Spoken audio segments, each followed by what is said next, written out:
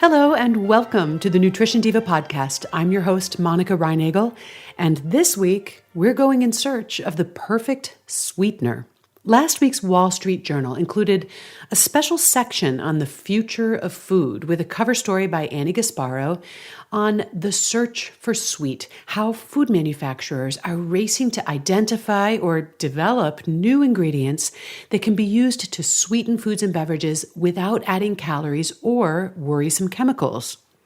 The American consumer, you see, has decided that sugar is bad for them. And this is hardly surprising, given the steady drumbeat of public health messaging about the evils of sweetened beverages and added sugars.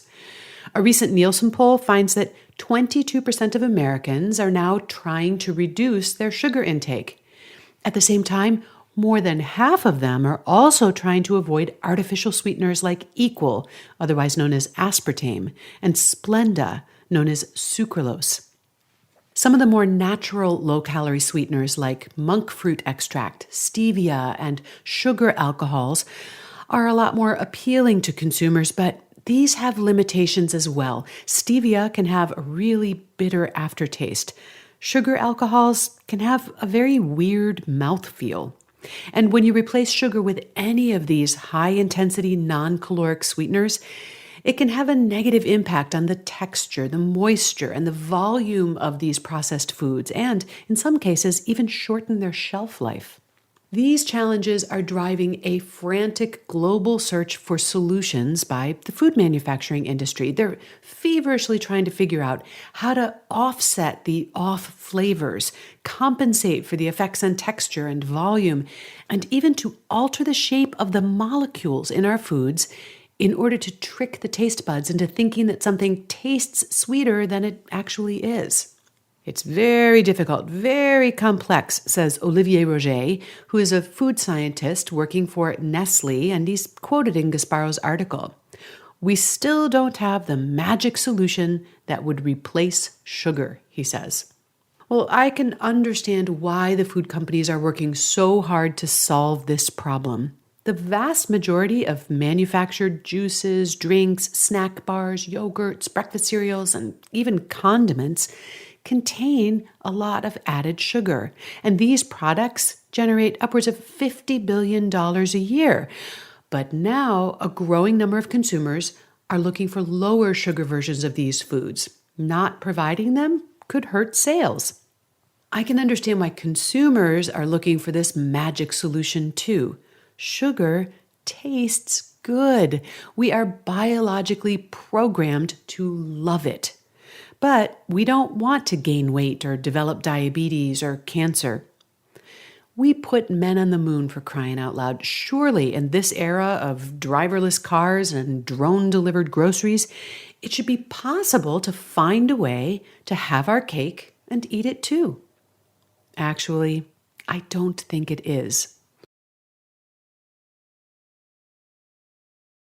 Even if we could somehow invent or discover something that offered all the sweetness with none of the downsides, I don't think that would be a positive development for our nutrition or our health, and here's why.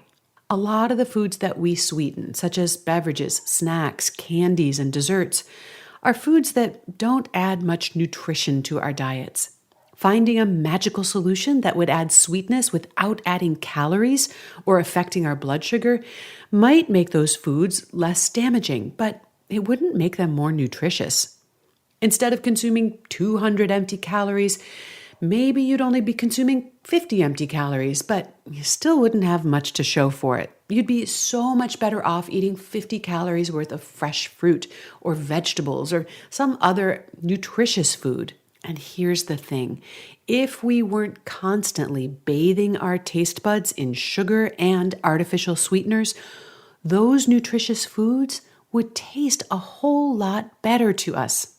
When we eat a lot of sweetened foods, it really decreases our ability to enjoy the subtler flavors of unsweetened foods like fruits and vegetables and other healthy options.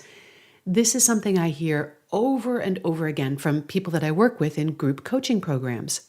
When they cut back on their consumption of sweetened foods, they almost invariably report a brand new appreciation for how great something as simple as a really good apple can taste. They are shocked to realize just how much flavor and natural sweetness raw red peppers or roasted root vegetables contain. Many of them never enjoyed eating vegetables because they literally couldn't taste them until they gave their taste buds a break from all the sugar. And this is especially true for people who use a lot of artificial sweeteners. This is why I think we should stop searching for the perfect sweetener, the one that lets us eat as much sweet stuff as we want without worrying about any consequences. In terms of your health and nutrition, the perfect sweetener is one that you enjoy in moderation. As long as you're eating them in limited amounts, the sweeteners that we've already got are actually just fine. And for tips on how much is too much, you can check out my episode on how to reduce added sugars. Limiting your consumption of sweetened foods and beverages leaves more room for foods that actually nourish us. And the great thing is that cutting down on sweetened and artificially sweetened foods makes those nourishing foods taste so much better. It's such a win-win. Have you reduced your intake of sugar or artificial sweeteners, or are you trying to? How has this affected the rest of your diet? Do you find that you're enjoying food more or less? I'd really love to hear your experience with this. You can post it on the Nutrition Diva Facebook page. You'll find a transcript of today's show, along with links to lots of related episodes at nutritiondiva.quickanddirtytips.com, where you can also search or browse the entire Nutrition Diva archives. And if you're a new listener, I really hope you'll subscribe to the show so that you won't miss a single episode. Thanks so much for listening this week, and remember to eat something good for me.